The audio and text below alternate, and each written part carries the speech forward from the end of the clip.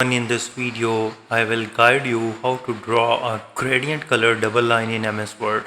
This is pretty simple and easy. Let's get started. For this, you need to click on the insert and click on the shapes and pick a straight line. Now hold down the shift key and drag your mouse towards the right side to draw a perfect straight line.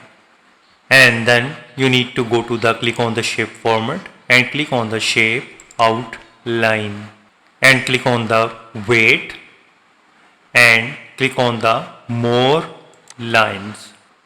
Right side you will see that fill and line option, and here you need to select the gradient line and now select the first color, for example green. And here is the type. You need to select the type, which is the radial.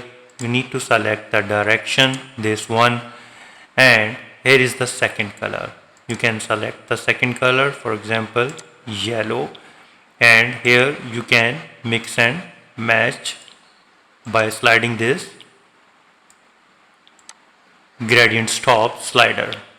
If you want to add another color, you just need to click on that and go to the color and select the third color.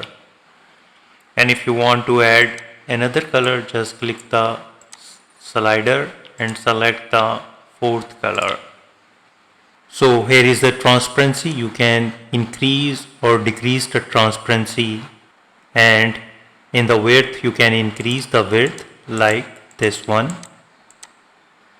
And now head to the compound style and select the double line like this one, and you can move it to the anywhere on the page, on the above and on the below of the text. It's up to you where you want it, like this one.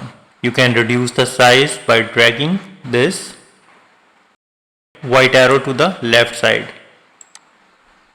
like this one. So this way you can easily draw a gradient color double line in MS Word. If you think this video is helpful, please support my channel. Thanks for watching.